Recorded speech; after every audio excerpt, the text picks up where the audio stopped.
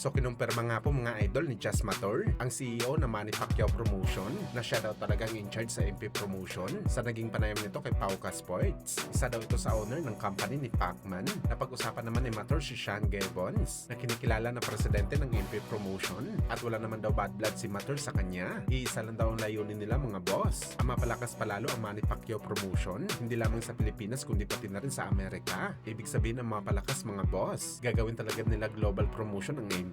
Kung saan nakita naman natin ito mga boss sa naging laban ni Elijah Pierce sa MP Promotion, Angelo Leo kalaban si Raiz Alim, kaso hindi natuloy ang laban. Mga ganitong laban ang target ng MP Promotion. Well, sana mga idol, walang kumamiyo sa big man ng MP Promotion. Mas solid talaga mga boss kung lahat nagtutulungan, lalo na itong si Sean Gibbons mga idol. Ang laki talaga na naging tulong nito para makilala ang mga fighters natin na galing sa Pilipinas, para makakuha ng laban sa Amerika. At hindi talaga natin may ikakaila mga boss na maraming connection talaga si Sean Gibbons sa paghahanap ng magagandang laban para sa mga Pinoy boxers natin, especially na mga boss sa mga Pinoy boxer na lumalaban sa Japan, dahil malapit po si Sean Gibbons sa mga bigati na promoter doon.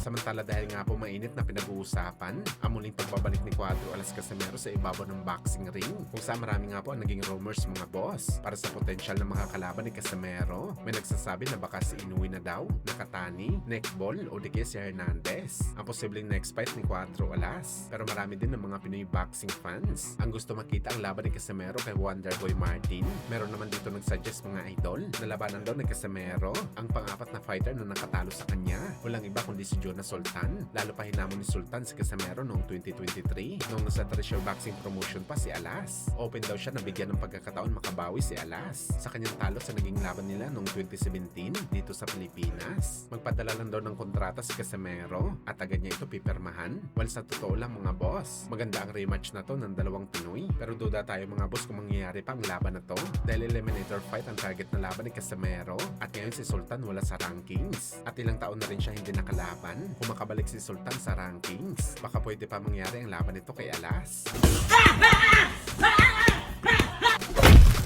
Sa kabilang banda naman mga idol, dating tinalo ni Magsayo ni si Gary Russell Jr. Prangka na sinabi na hindi daw mananalo si Tank Davis kina Shakur Stevenson at Devin Haney. Wala daw pag-asa manalo si Tank Davis sa mga laban na ganito dahil puro daw takbuhin ang dalawang fighter, lalo na itong si Haney Boy. Ito daw talagang arsenal na Haney ang tumakbo sa ibabaw ng boxing ring. Kung hindi daw ito tumakbo, hindi daw siya mananalo sa bakbakan. Kapag natuloy daw ang laban ni Tank Davis, isa kina Shakur at Boy Ilong, magiging mahaba lang daw ang laban at syempre maging sobrang boring nito.